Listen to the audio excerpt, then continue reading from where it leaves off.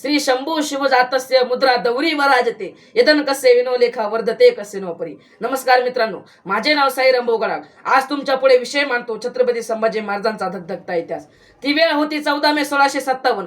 पुरंदरावर एका शिवरत्नाचा जन्म झाला आणि आपल्या ज्येष्ठ पुत्राची याद म्हणून राजमाता जिजाऊंनी नामकरण केले संभाजीराजे. हळूहळू संभाजीराजे मोठे होऊ लागले.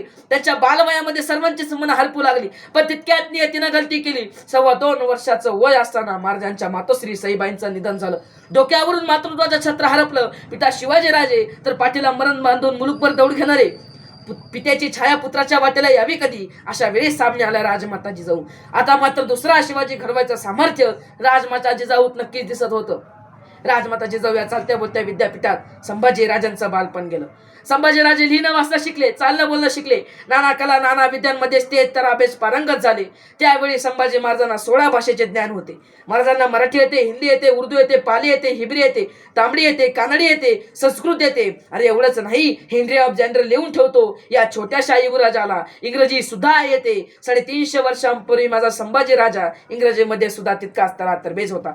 नुसत्या या भाषा येतच नाही, या भाषांमधून महाराजांनी अनेक ग्रंथ लिहिले. राजकारणाची चर्चा करणारा बुद्धभूषणम असो किंवा अध्यात्माची चर्चा करणारा नाईक 7 शतक, असे अनेक ग्रंथ महाराजांनी लिहिले. अरे बुद्धीची आवड तर जोपासली, त्याचबरोबर व्यायामाची आवड देखील जोपासली. भालाफेक, दानपट्टा, घोडेस्वारी, तलवारबाजी अशा अनेक विद्यांमध्ये संभाजीराजे पारंगत झाले. या संभाजीराजांनी आता औरंगजेबाच्या डोक्यात थैमान घातला होता. औरंगजेबाचं सैन्य 9 वर्षाच्या कालावधीत संपत आलं होतं. खजिना तळाला जाऊन पोचला होता. आता वैतागला औरंगजेब. आपल्या डोक्यावरची पगडी खाली आपटून भर दरबारात म्हणतो, अब बहुत हुआ, जब तक उस संभा को मैं अपने मुट्ठी में नहीं मसल देता तब तक ये बादशाही पगड़ी में नहीं पहनूंगा. अरे इथंच मेला नगरला औरंगजेब. खुलदाबादला समाधी आहे त्याची, पण मरता वेळी त्याच्या डोक्यावर बादशाही पदाची पगडी नव्हती. अरे तो संभाजी महाराजांना कधी पराभूतच करू शकला नाही, म्हणून तो बादशाही पदाची पगडी कधी घालूच शकला नाही. उघड्या डोकाने भारतभर हिंडत राहिला.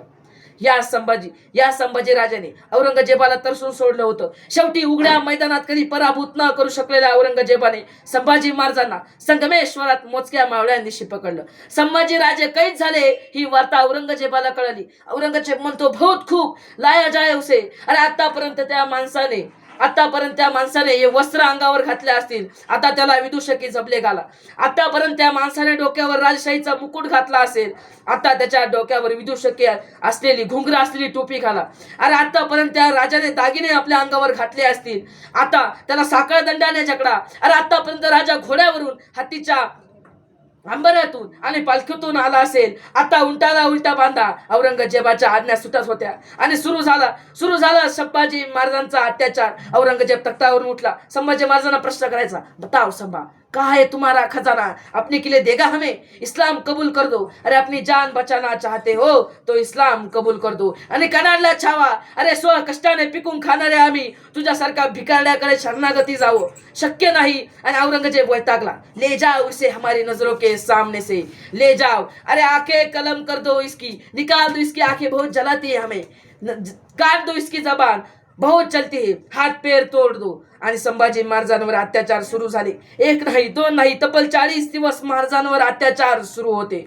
बोकळ सलवाशी महाराजांची कातडी सोडून काढली होती. कोणतरीचा गुडघ्याच्या वाट्या काढायचं, कोणतरीचं मांसाचे लगदे कापून घेऊन जायचं, कोणतरीचं डोळ्यात सर तलवारी घालायचं. आणि संभाजी महाराजांचा अत्याचार सुरू होता. कोणी पाहिलं असतं तर वाटलं नसतं हे स्वराज्याचे छत्रपती आहे.